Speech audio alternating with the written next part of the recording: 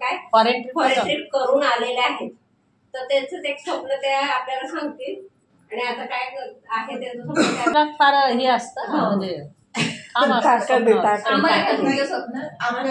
नाही काय करायचंय आपण सगळ्यांनी. मी जेव्हा डायरेक्टर नव्हते आणि व्हायचं होतं डायरेक्टर, पण तेव्हा सुरुवात असते ना, काय माहिती नसते काय करायचंय काय नाही. मग मला वाटतं लीनाचं एसीडी झालं, प्लॅटिनम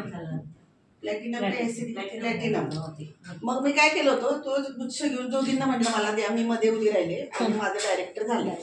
मग मी ते सकाळी उठून रोज तर बघत होते मोबाईल, यालाच ठेवलं होतं काय म्हणतात त्याला, हा तसं ठेवलं होतं ते. त्यामुळे ते बघत होते आणि आपल्याला जे सांगतात की नाही का तुम्ही करा आणि अनुभव. आणि तिथे गेल्यावर खरंच इतका राग येतो, इतके सगळे शिकवायला आपल्या इथे.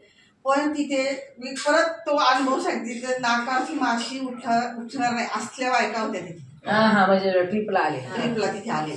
पण त्याच्यापेक्षा आपल्या इथे सगळ्या सुशिक्षित बायका आहेत, सगळं घेतातच. पण आपण पण खूप करायचे. मग आम्ही आता गाडीत बसलोय, आता एअरपोर्टला गेलोय, आता आम्ही जाणार आहे. म्हणजे हे सगळं आपण सारखं ते मला तेव्हा अनुभव आला म्हणून मी सांगते. आता हे तर लोक सांगतात ते खूप मोठे, मी त्या मानाने काहीच नाही, अजून कशातच नाही आपण त्या मानाने.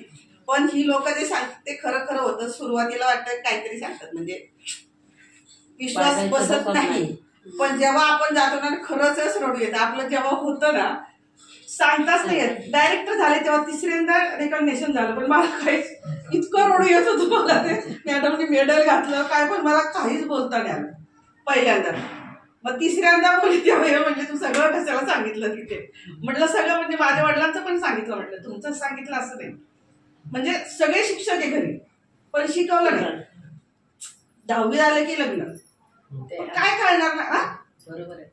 हा म्हणजे तुम्ही तर बाकीचे जाऊ दे, पण तुम्ही घरात तुम्ही मेन होतात ना. पण आजी पुढे कोणाचं चालत नव्हतं काय तेव्हा. ते त्यांच्या दृष्टीने तेव्हा बरोबर होते, त्यांच्या जागेवर ते बरोबर होते. इकडे आल्यावर सासू सासरे म्हणले तू नोकरी कर, हे म्हणले नाही करायचे. कोर्टात लागत होती, सासऱ्यांच्या ओळखी होत्या. 10वीच्या बेसवर कोण देते नोकरी, पण तेव्हा लागत होती, पण ते नाही म्हटले. म्हणून ते म्हणले तू हे सांग, दोन्ही कसला सांगितलं. म्हणलं तुमचंच नाही, मी माझ्या वडिलांचं पण सांगितलं. म्हणजे ती खंत आहे मला, पण जे स्वप्न आहे माझं ते की मी बोलावं लोकांनी ऐकावं, ते इथे येऊन पूर्ण झालेलं आहे. आणि अचीव केल्यावर खरोखर सांगता येत काय होतं, बोलताच येत नाही. तर ते आपण सगळ्यांनी अचीव करायचं आहे. आणि लीना मॅडम माने मॅडम मला 3 लोकांना घेऊन जायचे ग्रुप मधले, आणि प्लस आम्ही दोघं 5 लोकांना घेऊन आणि ते जायचं मलेशियाला. तर सगळ्यांनी आणि तुमचे सगळ्यांचे आणि सविता खूप म्हणजे कसं की एकतर बोलकी आहे, हसरी आहे, फॉलोअप घेती, तिला करायची इच्छा खूप असते.